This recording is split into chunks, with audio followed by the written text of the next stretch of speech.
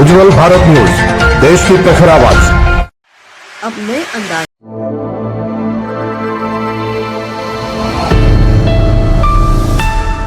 नमस्कार। 2030 का भारत देख रहे हैं आप, और 2030 के भारत में हम लगातार नए नए चेहरे आपके सामने लेकर आते हैं और 3 मुद्दों पर बात करते हैं: गरीबी, भुखमरी और शिक्षा। आज भी इन 3 ही मुद्दों पर हम लोग बात करने वाले हैं। और आज जो चेहरा हमारे साथ मौजूद है, जिनसे हम चर्चा करने वाले हैं, उनके बारे में मैं आपको बता दूं कि ये महाराजगंज से, उत्तर प्रदेश के महाराजगंज से लोकसभा प्रत्याशी रह चुके हैं, बहुजन समाज पार्टी से ताल्लुक रखते हैं। और इनसे हम गरीबी, भुखमरी, शिक्षा, यानी कुल मिलाकर 2030 के भारत पर चर्चा करेंगे। तो सबसे पहले तो मौसमी आलम जी, आपका बहुत बहुत स्वागत है, आप हमारे साथ इस चर्चा में जुड़े।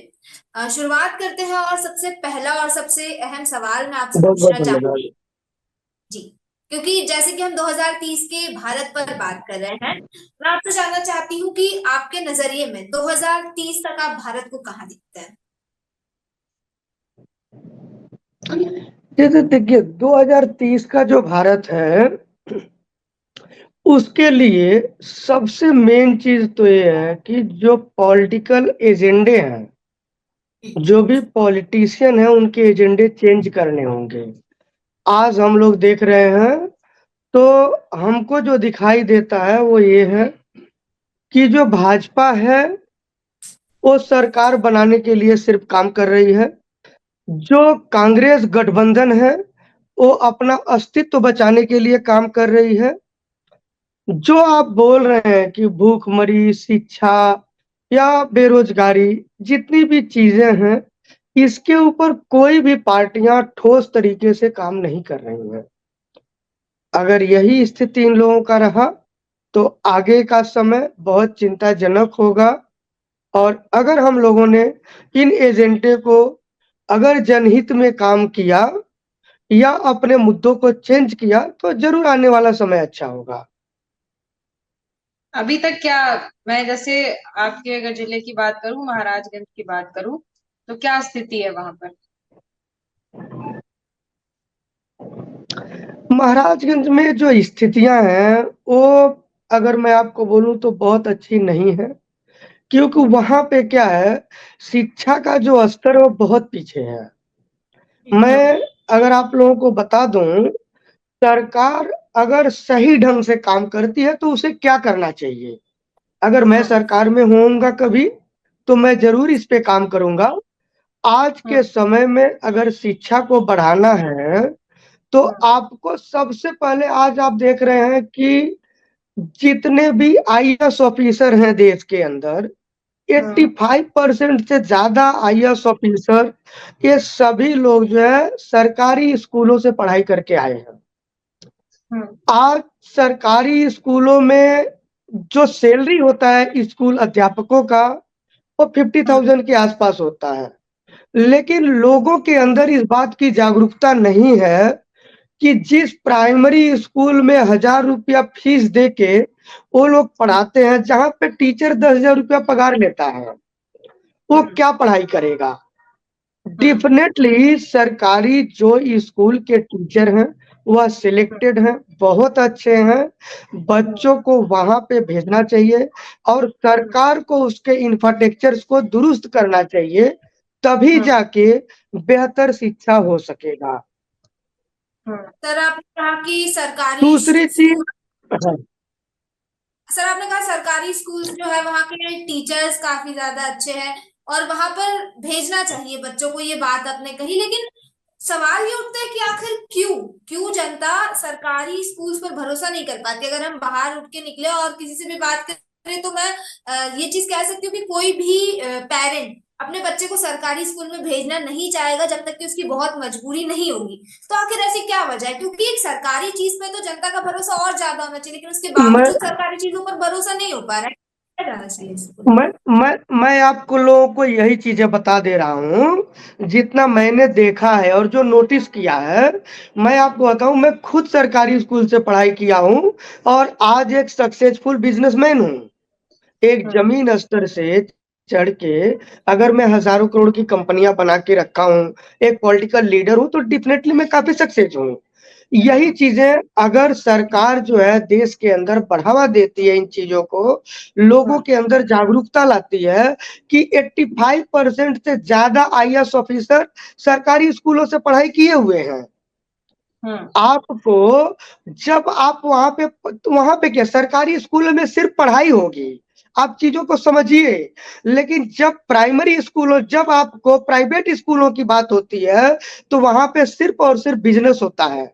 जब हमको हमारा फाइनेंस एडवाइजर जब बात करता है तो हमको बोलता है कि सर आप एक काम करिए, एक अच्छा सा स्कूल बनाइए, पैसा आपको बोरा भर के मिलेगा। तो आज जो मेंटलिटी है लोगों की या बिजनेसमैनों की, या इन्हीं चीजों को बढ़ावा दे रहे हैं। हालांकि अगर सरकार चाहे एक जागरूकता अभियान चलाए कि सरकारी स्कूलों में बच्चों को पढ़ाना चाहिए, तो डेफिनेटली सरकारी स्कूल में बहुत अच्छे टीचर होते हैं और बहुत अच्छी पढ़ाई हो सकती है। ठीक है। तो सर और सिर्फ जागरूकता अभियान चलाने से क्या लोग अपने बच्चों को सरकारी स्कूल में भेजने लग जाएंगे? जो सरकारी स्कूल के हालात है इस वक्त वो सुधर जाएंगे सिर्फ जागरूकता अभियान चलाने से? नहीं, उसका इंफ्रास्ट्रक्चर ठीक करना होगा। आज के समय में जागरूकता अभियान के साथ साथ में उसका इंफ्रास्ट्रक्चर ठीक करना होगा। उसमें भी और अच्छे लेवल पे टेक्नीशियन चीजें वहां पे डालनी होगी जिससे बच्चे वहां जा सके। बहुत सी चीजें हैं जो आसानी से किया जा सकता है। एक चीज आपकी बात से ये समझ में आ रही है कि आज आप ये कह रहे हैं कि सरकार का सरकारी स्कूलों में ज्यादा बेहतर, सरकारी स्कूल ज्यादा बेहतर है प्राइवेट स्कूलों से, आप यही कह रहे हैं ना? तो इसमें मैं सुबह ही एक खबर पढ़ रही थी, हालांकि 3 दिन पुरानी खबर है महाराजगंज की। उसमें आदेश दिया गया था 1 साल पहले, जो वहां पर शिक्षा के अधिकारी हैं उनको आदेश दिया गया था कि शिक्षकों के ऊपर ऑनलाइन तरीके से निगरानी रखनी है। लेकिन 3 दिन पहले की खबर ये सामने है कि शिक्षकों के ऊपर बिल्कुल भी ध्यान नहीं दिया रहा है। जो स्कूल है, सरकारी स्कूल है, शिक्षक वहां पे उपस्थित ही नहीं है, तो बच्चों को पढ़ाएंगे क्या? ये हालात है। मैं आपको एक बात बता देता हूँ, आप पहले समझ लीजिए। मैडम, मैं आपको बताता हूँ, सिर्फ महाराजगंज की बात नहीं, मैं पूरे देश में घूमता हूँ। ठीक है, करीब करीब देश के सभी जिलों में घूम चुका हूँ। मैं आपको एक बड़े जिम्मेदारी के साथ एक बात बता देता हूँ। आज जो सरकार है पूरी तरह से करप्ट सरकार है, और इनके जो लोग हैं वह अधिकारियों को उनके स्तर पे काम नहीं करने दे रहे हैं। जितने प्राइवेट स्कूल हैं ये किसके हैं? बीजेपी के लोगों के हैं। पुराने जो है वो कांग्रेस के लोगों के हैं, और जो गठबंधन में लोग जुड़ रहे हैं उनके हैं। तो उनको जब अच्छी फंडिंग आ रही है तो अधिकारियों को काम ही नहीं करने दे रहे हैं। जब आप अधिकारियों को काम ही नहीं करने दोगे तो फिर जो है आपको सरकारी स्कूलों का इंफ्रास्ट्रक्चर कैसे ठीक होगा? आपको मैं बता रहा हूँ, आप मेरे को गलत साबित कर दीजिए। आज देश के अंदर 85% कुछ काम कर नहीं रही है, कहाँ पे? मान लीजिए ऑपोजिशन का भी तो कुछ भूमिका है ना। ऑपोजिशन क्या कर रहा है? विपक्षी दल क्या कर रहा है? अरे भाई, ऑपोजिशन कौन है? ऑपोजिशन भी तो वही है भाई। 10 साल तुम शासन करो, अगले साल मैं शासन करूंगा। देश मतलब के अंदर जो शासन है वो क्या है? 10 साल हमारा, 10 साल तुम्हारा। बिल्कुल कि जनता को बेवकूफ बना रहे हैं। आज के समय में देश के अंदर एक बड़े क्रांति की जरूरत है। आज देश में एक बहुत बड़े क्रांति की जरूरत है इन दोनों पार्टियों को बाहर निकालने के लिए, और मैं जरूर इसमें कोशिश करूंगा। और बहन जी भी बहुत अच्छे से इस स्किल के ऊपर काम कर रही हैं। आने वाले समय में हम लोग इसको बेहतर बनाने की कोशिश करेंगे। आप अगर न्यूज में अभी सुने होंगे, नाम ले पाएंगे क्या? बहन जी किस? बहन मतलब बहन कुमारी मायावती जी की बात कर रहा हूँ मैं, बहुजन समाज पार्टी का। सर देखिए, बुरा मत मानिएगा, मायावती जी ने भी जब राज किया था उस वक्त के भी हालात आप बहुत बेहतरीन तरीके से जानते हैं। मैडम, अगर मैं आपको बताता हूँ, आप मेरे स्टेटमेंट सुन लीजिए जो चुनाव प्रचार के समय में मैंने इस्तेमाल किए हैं। मैं आपको बता देता हूं, बहन कुमारी मायावती जी ने हर गांव में प्राइमरी स्कूलों को बढ़ावा दिया था। आपको अच्छी तरह से बात पता होगा। वो इसलिए दिया क्योंकि आज क्या हो गया जानती हैं आप? आज सरकारी स्कूल जो है ग्राम प्रधान के रिश्तेदारों के लिए अलर्ट है। शादी के लिए आपको फंक्शन करना है तो आपको सरकारी स्कूल में करना है, नेताओं का कोई फंक्शन करना है तो सरकारी स्कूल में करना है। तो यह सभी चीजें, इसके लिए तो स्कूल नहीं बने थे। स्कूल तो शिक्षा के क्षेत्र को बढ़ावा देने के लिए बने थे। आज जो है आज जो है जो सच्चाई है जमीन की, आज आप लोग उसको दिखाइए। मैं आप लोगों का बहुत बहुत धन्यवाद देता हूं कि आज आप भूखमरी शिक्षा के ऊपर आप बात कर रही हैं। मैं आपको भूखमरी की बात बता दूं, भूखमरी कहाँ से आती है? सबसे पहली चीज है भूखमरी कहाँ से। आज भाजपा बोलती थी कि मैं आपको 5 किलो राशन दे रहा हूं, कांग्रेस ने उसको जवाब दिया कि मैं 10 किलो राशन दूंगा।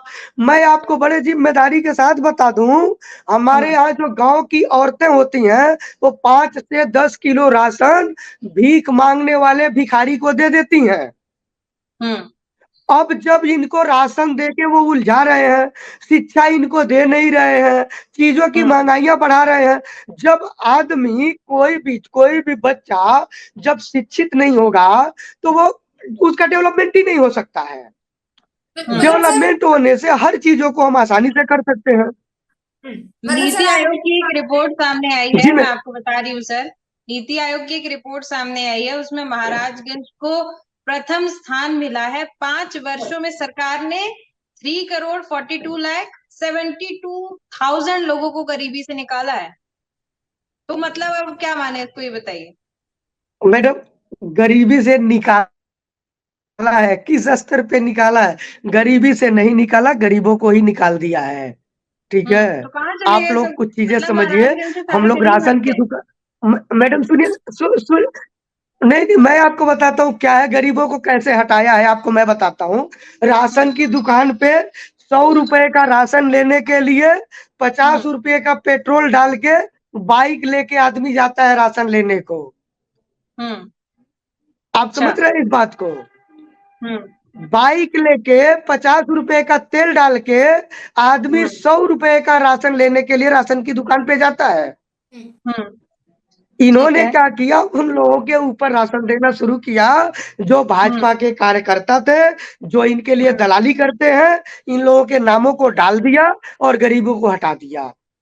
अच्छा, मतलब सर आप ये कह रहे हैं कि गरीबी खत्म नहीं हुई, मतलब आप ये मान रहे हैं ना कि सरकार ने कुछ नहीं किया। आपको सरकार का क्या काम दिखाई देता, आप मेरे को बता दीजिए। मुझे महंगाई के अलावा कुछ भी नहीं दिखता है। मतलब आप ये मान रहे हैं सरकार ने जनता के भले के लिए आज भी सरकार ने ना पक्ष ने ना विपक्ष ने, ये चीज आप कह रहे हैं ना। आपने ये बात है कि ऑपोजिशन और जो सरकार सत्ता में बैठी है मिलकर के काम कर रहे हैं 10 साल आप 10 साल में, है ना। ये चीज, ये आपके शब्द थे, मैं मतलब मानो इस चीज को, है ना। ऐसे ही है ना मैडम, ऐसे ही है बिल्कुल। आप आगे भी देखिए, अभी सरकार ज्यादा से ज्यादा 6 महीने के अंदर चेंज हो जाएगी। ठीक है सर, आपकी बात मान लेते हैं। अगर आपने कह रहे कि सरकार ने कुछ नहीं किया, ना सत्ताधारी पक्ष कुछ कर रहा है, ना विपक्ष कुछ कर रहा है, तो देखिए सरकार तो कुछ नहीं कर रही। ठीक है, अब ये बात मान लेते हैं। इतने साल हो गए, 75 साल हो गए आजादी को। आजादी के बाद से यही चीजें लगातार चली आ रही है। कोई भी सरकार आए धरातल पर काम होते हुए दिखाई नहीं दे रहा। तो सरकार पर तो एक तरह से मुझे लगता है कि हमें आंख बंद करके डिपेंड रहना छोड़ देना चाहिए ना। फिर अगर सरकार कुछ नहीं कर रही है तो फिर आम जनता क्या कर रही है? अगर मैं आपसे पूछूं, जैसे आपने कहा कि आपका करोड़ों का बिजनेस है ना, करोड़ों की कंपनियां आपने खोल रखी है, तो आप मैं आपको आपके द्वारा इस दिशा में मैं अभी मैं आपको बता देता हूँ। मैं महाराजगंज के अंदर अभी 5.5 एकड़ जमीन लिया चुनाव हारने के दूसरे दिन, और उसके अंदर में मैन्युफैक्चरिंग यूनिट को, इंडस्ट्री को बैठाने के लिए मैंने उसका डॉक्यूमेंटेशन कर रहा हूँ। नवंबर के महीने में उसे चालू करूंगा। हमने बोला था 5 लाख लोगों को मैं रोजगार दूंगा अगर मैं चुनाव जीतता हूं तो, और 50,000 लोगों को सरकारी नौकरी दूंगा। लेकिन वो नहीं हो पाया, मैं चुनाव हार गया। फिर भी जो लोग मुझे वोट दिए, क्यों देंगे? चुनाव जीते बिना नहीं दे सकते हैं क्या आप? मैं उस दिशा में काम कर रहा हूँ कि भारतीय जनता पार्टी या कोई भी ऑपोजिशन पार्टी जो है वो 5 किलो राशन दे रही है, 5,000 रुपए दे रही है, तो दूसरा वाला 10,000 रुपए दे रहा है। आप भी तो वही कर रहे हैं कि मैं जीतूंगा तो मैं इतनी नौकरियां दूंगा, बिना जीते देखे लेके। हाँ, तो बिना जीते दिया हूँ। आज के डेट में मेरे पास 2000 से ज्यादा वर्कर काम करते हैं। आज के डेट में 2000 बात कर रही हूँ। क्या चीज? तो सरकारी नौकरी मेरे सिग्नेचर से तो होगा नहीं ना। सरकारी नौकरी तो मेरे साइन से नहीं होगा। मैं तो प्राइवेट नौकरी ही दे सकता हूँ लोगों को। वो तो मैं दे रहा हूँ, इंडस्ट्री बैठा रहा हूँ, इंडस्ट्री के अंदर लोगों को कारोबार दूंगा। मैं तो वही करूंगा, वो मैं कर रहा हूँ। बिल्कुल ठीक है, वो चीजें सामने दिख रही हैं। लेकिन जब हम जैसे आपके जिले की बात कर रहे हैं, महाराजगंज जिले की बात कर रहे हैं, जैसे ही आप खुद जब आप पढ़ते होंगे, न्यूज अपडेट्स पढ़ते होंगे, तो आप महाराजगंज के बारे में अगर जानने की कोशिश करेंगे ना, तो उसमें साफ दिखा रहा है कि महाराजगंज आज की डेट में सबसे बेहतरीन बन चुका है। शिक्षा के क्षेत्र में, गरीबी के क्षेत्र में। नीति आयोग की रिपोर्ट बता रही है, आप कह रहे हैं कि कुछ भी नहीं हो रहा है। तो यहाँ जनता तो असमंजस। आयोग किसका है? आयोग को मॉनिटरिंग कौन करता है? वही मैं कह रही हूँ कि नीति आयोग पे सभी आयोग भरोसा कोई कर नहीं रहा है। आपको सुनिए ना मैडम, आप सुनिए ना, आप लोग यह बात बढ़िया से जानते हैं, जहाँ पे सीएम तक सेफ नहीं है जिस देश के अंदर, भ्रष्ट है, नो डाउट भ्रष्ट है। लेकिन अगर सीएम जेल में चला जाता है, सभी आयोग जो है सरकार इस्तेमाल कर रही है, तो नीति आयोग भी तो पूरी तरह से सरकार के कंट्रोल में है। वो सही काम कैसे कर सकती है? आप जमीन पे घूमिए, सुनिए, मैं आपको बताता हूँ। मैंने पूरे जिम्मेदारी के साथ जितने भी न्यूज दिए हैं, सभी वाइट्स के अंदर मैंने बताया है कि आप मेरे साथ घूम लीजिए। मेरी गाड़ी अगर आगे चलेगी तो पीछे की जो गाड़ियां हैं वो धुंध से दिखाई नहीं देती हैं। यह है रोड का वहां पे इंफ्रास्ट्रक्चर। हर साल जो है कम से कम हजारों एकड़ गेहूं की फसल जलती है महाराजगंज के अंदर। मैंने डीएम साहब को बोला कि गेहूं की फसल तैयार होने से पहले आप नहरों में पानी छोड़ दीजिए, मानसून ठंडा हो जाएगा। और अगर मानसून ठंडा नहीं भी हुआ, आग लग भी गया, तो उस पानी की मदद से गांव के लोग आग को बुझा लेंगे। लेकिन उन्होंने ऐसा नहीं किया। आज हजारों एकड़ खेतियां जल जा रही हैं। आप बोल रही हैं कि वहां पे सरकार ने काम किया है। अब बताए वो जो हमको, अब देखिए सामने जो नीति आयोग की रिपोर्ट से आंका जा रहा है, उससे तो ये समझ में आ रहा है, लेकिन वास्तविक स्थिति जानना था, इसलिए हम आपसे जुड़े, आपसे जान रहे हैं। चलिए मान लीजिए कि आप चुनाव जीत गए, मायावती जी बहन की सरकार आ गई, उसके बाद महाराजगंज को कैसे बदलेंगे? क्योंकि अभी तो हालत बद से बदतर है, हर जगह महाराज सुन लीजिए, मैं आपको बड़े जिम्मेदारी के साथ एक बात बता देता हूँ। महाराजगंज डिस्ट्रिक्ट बनने के बाद वहां पे आपको पता है मुख्यालय नहीं था। बहन जी की जब सरकार बनी, हमारे यहाँ पे एक भी एमएलए उनका नहीं था, एक भी एमपी उनका नहीं था। कभी भी बसपा का एमपी आज तक नहीं हुआ महाराजगंज में। जो महाराजगंज के अंदर में अगर बहन कुमारी मायावती जी के विकास कामों को अगर हटा दिया जाए, तो 5 भी ऐसे बिल्डिंग नहीं है जो किसी दूसरी सरकार ने किया हो। यह महाराजगंज की स्थिति है। अभी शिक्षा के क्षेत्र की अगर आप बात करेंगी, तो बहन कुमारी मायावती जी की सरकार में आप लोगों ने देखा होगा, उर्दू अरबी जो यूनिवर्सिटी है लखनऊ के अंदर, वो बहन कुमारी मायावती जी ने बनाया था। उनके सरकार में हाँ, ये लखनऊ में जो है बहन कुमारी मायावती जी ने बनवाया है। ठीक है। इसके बाद मैं आपको बता देता हूँ, आपको नहीं लगता सर कि समुदाय स्पेसिफिक पार्टी चली जाती है? नहीं, ऐसा नहीं है। देखिए आपको मैं बताता हूँ, बहुजन समाज पार्टी का जो नारा है, सर्वजन हिताय सर्वजन सुखाय, और इसके ऊपर पार्टी ने काम किया है। आज तक जितने टिकट दिए एमएलए एमपी या किसी के लिए, सभी के लिए दिया है। इसके अलावा जब सरकार बनी तो मिनिस्ट्री में भी सबको इन्वॉल्व किया है। कोई भी ऐसा धर्म और जात का आदमी नहीं है जो इस पार्टी में नहीं होता था, भाजपा की तरह। ठीक है। तो इसको जो है ना सिर्फ बदनाम किया जाता है, क्योंकि सबको पता है कि बहन कुमारी मायावती जो है वो दलित समाज की हैं। अगर वह देश की मुख्यमंत्री या प्रधानमंत्री बनती हैं, तो आज के समय में जो लोग हैं, जो अलग-अलग पार्टियों के लोग हैं, ये लोग उसको एक्सेप्ट नहीं करना चाहते हैं कि एक दलित समाज की महिला जो है, आज जो है मतलब प्रधानमंत्री बने। नहीं तो मैं आपको बता देता हूँ, जो इन्होंने अभी इस चुनाव में जो गलतियाँ हुआ कि उत्तर प्रदेश में जो है मतलब उत्तर प्रदेश में संविधान खतरे में था, लेकिन बाकी के स्टेट में संविधान खतरे में नहीं था। वहाँ पे इस मुद्दे को नहीं बढ़ाया गया। संविधान खतरे में होने की बात सुन के दलित और मुस्लिम डरता है और उस डर का इन्होंने फायदा उठाया। बहन कुमारी मायावती जी को इसका खामियाजा भुगतना पड़ा। हम लोगों ने बहुत मेहनत किया, लेकिन उस मेहनत के साथ-साथ में संविधान के खतरे का जो डर था लोगों के अंदर उसको निकाल नहीं पाए। लेकिन आज वह सभी वोटर इस बात से पछता रहे हैं कि उनसे गलती हुई है।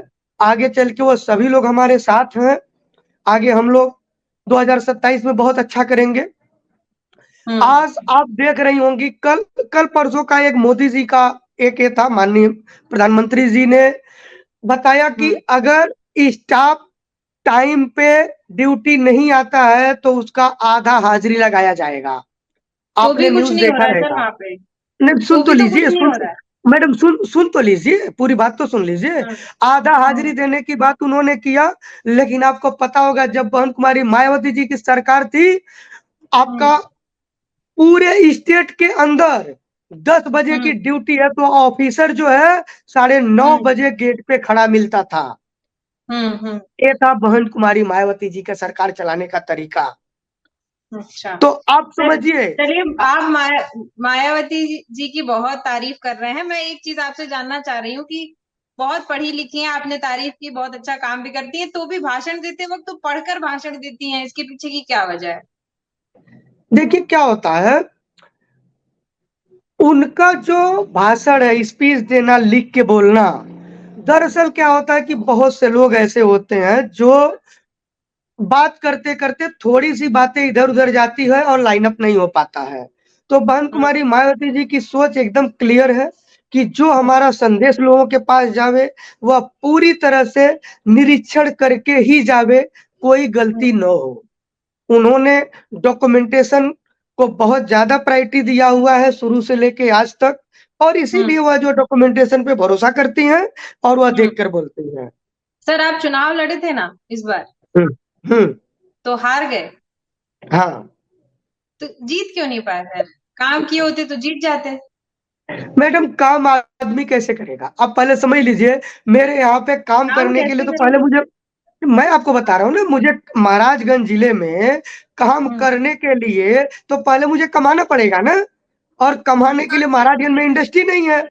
इस वजह से आप भी मुझे मुंबई जाना पड़ा और जब मैं मुंबई जाके कमाया, तो कमाने के बाद अब वहाँ पे जो खर्चा है, वो मैं कर रहा हूँ। मायावती जी ने तो बहुत काम किया पहले का, तो आपको तो मेहनत करने की जरूरत ही नहीं पड़नी चाहिए ना। आपको बताए ना, लोग गुमराह हो जाते हैं ना, जनता जो है गुमराह होती है, उनको आसानी से लोग गुमराह कर लेते और हैं। गुमराह कौन करता है सर? जो चोर बदमाश लोग हैं वही लोग करेंगे। गुमराह आपको पार्टियां ही अच्छी तरह से करती हैं। पता होगा। ईमानदार आदमी कभी किसी को गुमराह नहीं करता है। आप बढ़िया से बात को समझ लीजिए, आप कह साइकोलॉजिकल चीजें हैं। आप कह रहे जनता गुमराह हो जाती है। इस बार उत्तर प्रदेश का जो लोकसभा चुनाव का नतीजा है उसमें साफ समझ आ रहा है कि जनता को गुमराह किया गया है या नहीं। ऐसे कैसे आप कह रहे हैं जनता गुमराह हो जाती है? नहीं, गुमराह तो हुई है, पूरी जनता जो है गुमराह हुई है। कैसे गुमराह आपको संविधान का डर दिखाया गया, जबकि जो पार्टी संविधान की डर दिखा रही है, आपको अच्छी तरह से पता होगा कि कम से कम करीब-करीब 100 टाइप ऑफ जो है ना संविधान में छेड़छाड़ कांग्रेस सरकार में 70 साल में किया गया है, जबकि भाजपा के सरकार में 10 बार छेड़छाड़ किया गया है, फिर भी संविधान का खतरा दिखा रहे हैं वो लोग। वो ठीक है तो सर, आप चलिए अब बताइए। मैं मान ली कांग्रेस पार्टी खराब है, भारतीय जनता पार्टी खराब है। मैं एक चीज आपसे जानना चाहूंगी, आज की डेट में अगर बहुजन समाजवादी पार्टी को पूरा देश संभालने का जिम्मा मिल जाए तो क्या आपको लगता है कि आपकी पार्टी पूरा देश संभाल पाएगी? क्या उस लेवल पे मैं, पहुंच चुकी है कि पूरा देश संभाल मैं, पाएगी और भी मैं, पार्टियां काम नहीं कर पा रही हैं उससे भी अच्छा आप काम करके दिखाएंगे? मैं आपको 100% पूरी जिम्मेदारी के साथ और पुरानी सरकार चलाने के नतीजों को सामने रखकर आपको बता सकता हूं कि बहन कुमारी मायावती जी से बेहतर सरकार चलाने के लिए हिंदुस्तान में कोई लीडर है ही नहीं। सर सभी पार्टी के नेता यही बोलते हैं। देखिए आप मैडम आपने पार्टी के देखा नेता हैं तो होगा, ऐसे मैडम ही तारीफ कर रहे मैडम हैं। आपने 2007 के बाद से जो बसपा की सरकार जब रही है तो आपने देखा होगा कि किस तरह का गवर्नेंस था देश के अंदर, स्टेट के अंदर। एक भी दंगे फसाद नहीं हुए, कोई जातिवाद नहीं हुआ, सभी धर्म के लोगों को सम्मानित किया गया। हर क्षेत्र में जो प्राइमरी स्कूल है उनको हर गांव में बनाया गया। दलितों का जनता पूरा की सम्मान देखिए होता अभी था। भी जनता विश्वास ही नहीं कर रही है ना। इस बार के चुनाव में फिर आपको मिल गई होती सीटें, क्यों नहीं मिल पाई? आप समझिए, सीटें नहीं देखिए मिलना। भारतीय जनता पार्टी कहते हैं ना कि गुमराह किया गया है। भारतीय जनता पार्टी का राम मंदिर के नाम पे लोगों का वोट, लेकिन आप देखिए युवा वोटर हमेशा उसी को वोट देगा जिसको समझ पाएगा कि नहीं हमारे लिए काम कर रहे हैं। आपने भारतीय मैडम जनता एक्चुअल पार्टी में को देखा उत्तर प्रदेश में कैसे डगमगाई बीजेपी की स्थिति। मैं ये कह रही हूँ कि जनता को कोई गुमराह नहीं कर सकता। अगर जनता को विश्वास हो गया कि हमारे लिए मायावती जी ऐसा कर सकती हैं, तो मायावती जी को पहले कुछ करके दिखाना होगा। जैसा आप कह रहे हैं कि उनके और कितना शासनकाल में बहुत सी आप चीजें हुई बताइए हैं, मुझे, तो और कितना दिखाने की जरूरत है? 4 बार क्यों सीएम नहीं रही जनता है, ने चुना? जनता 4 ने क्यों बार नहीं सीएम। चुना फिर? जनता जो है, जनता अगर नहीं चुनी है तो उसमें जो है ये चोर बदमाश लोग जो है, इन लोगों ने उनका मिसयूज किया, उनको गुमराह किया। आप समझिए ना चीजों को। संविधान का खतरा है क्या? आप जो पढ़ी लिखी हैं, आप संविधान को जानती हैं। संविधान बदला जा सकता है क्या देश का? पूरी क्रांति संविधान आ क्यों जाएगी देश के बदलेंगे? अंदर। देश के अंदर इतनी क्रांति आ जाएगी कि रोड पे लोग खड़े हो जाएंगे। बसपा खत्म नहीं हुई है। संविधान को कभी मिटाया नहीं जा सकता है देश से। और इस बात का डर दिखाकर लोगों को, अनपढ़ लोगों को गुमराह किया गया। चलिए, कहां से मायावती जी सही की है? आपने बहुत तारीफ करी। मायावती जी के बाद आपके सबसे पसंदीदा नेता किसको आप मानेंगे, ये बताइए। अगर मायावती जी के पास अगर किसी नेता को अगर मानने की जरूरत है तो मैं आपको बताता हूं, ममता बनर्जी जो है एक अच्छी लीडर है, सच्चाई के लिए हमेशा लड़ती उत्तर हैं। प्रदेश में अगर मैं फोकस कर लूं तो उत्तर प्रदेश में तो कोई भी लीडर नहीं है। कोई भी नहीं उत्तर है। प्रदेश के अंदर उत्तर प्रदेश के अंदर जो भी लीडर है वो सिर्फ धार्मिक है। उनको धार्मिक होने के अलावा और कुछ भी नहीं करना है। आज के समय में जितनी भी पार्टियां हैं वो सभी पार्टियां और सभी लीडर वो अपने अस्तित्व की लड़ाई लड़ रहे हैं। जनता के लिए कोई लड़ाई नहीं लड़ रहा है। जमीन के ऊपर चलिए, उम्मीद कोई करते भी हैं कि जनता की अगली लड़ाई बार नहीं आप लड़ रहा। लोग जीतें और जनता के लिए बहुत कुछ करें। मैं आपको यकीन दिलाता हूं आने वाले समय में मैं जरूर जीतूंगा। यकीन और सभी नेता बहुजन दिलाते हैं सर। यही तो बहुजन समाज पार्टी को पूरी मजबूत करूंगा और देश के अंदर उसको हर जगह पे ज्यादा से ज्यादा सीटें जितवा चलिए, के 2030 सरकार में में आप क्या लाऊंगा। योगदान दे पाएंगे, मुझे ये बता दीजिए। किसमें? 2030 के भारत के लिए आप क्या योगदान कर पाएंगे अपनी देखिए, तरफ से? 2030 के भारत के लिए मैं सरकार को चिट्ठियां लिख रहा हूं कि आप लोग सरकारी स्कूलों के इंफ्रास्ट्रक्चर को डेवलप करिए जिससे शिक्षा आप ऐसे बेहतर हो। इंडिविजुअल बताइए सर, सरकार को साइड हटाइए। अभी सरकार तो कुछ नहीं कर रही। इंडिविजुअल जो है, आप समझ लीजिए मैं एक इंडस्ट्रियलिस्ट हूं। मैं इंडस्ट्री को बढ़ावा दूंगा और इसके अलावा जो मेरे पार्टी के लोग हैं या जितने भी हैं उनकी सदस्यता बढ़ाई जाएगी, उसके ऊपर काम किया जाएगा। इनके लिए अलग से अभी लीगल एडवाइजर रखे जाएंगे। सरकारी अनुदान। पार्टी के लोगों के बारे में नहीं जानना चाह रहा, हम आम जनता के बारे में जानना चाह रहे हैं। आम जनता के लिए आप क्या करेंगे? मैं आपको तो बताया, मैं जनता के लिए जो है मैं कल्चरल चीजें भी करता हूँ, मैं मूवी बनाता हूँ। तो सर एक थोड़ा सा अपना कैमरा ठीक कर लीजिए। आपका क्या आधा फेस आ रहा है फ्रेम में। जी मैडम बताइए। हटा लीजिए। ठीक है, हाँ, हो गया अब अभी। बात पूरी कीजिए। देखिए, आपको मैं बता देता हूँ, हमारा जो जिम्मेदारी जनता के लिए है वो वही है कि ज्यादा से ज्यादा मैं एम्प्लॉयमेंट को बढ़ावा दूं, लोगों ठीक को है। रोजगार मिले, जिससे लोगों को रोजगार मिले। और शिक्षा के क्षेत्र में मेरा एक फाउंडेशन है, मासमे फाउंडेशन, जो हायर एजुकेशन के लिए फंडिंग करता है। एक्सीडेंटल मेडिकल प्रॉब्लम्स के लिए मैं कुछ हॉस्पिटल्स के साथ बात कर रहा हूँ कि अगर कोई भी हॉस्पिटल है, उन जो एक्सीडेंट हो रहे हैं उनको इमीडिएट बेसिस पे उनका इलाज किया जाए। अगर वह तुरंत पैसे नहीं देता है तो उसके लिए मेरे फाउंडेशन का चेक बैंकों के पास होगा। बिटवीन 7 डेज पेमेंट नहीं मिलने से वो मुझसे रिकवर कर सकते हैं। मैं इसके ऊपर भी काम कर रहा हूँ, ठीक क्योंकि है। एक्सीडेंट एक्सीडेंट एक ऐसी चीज है, एक-एक मिनट का जो समय महत्वपूर्ण होता है आदमी का जान बचाने के लिए।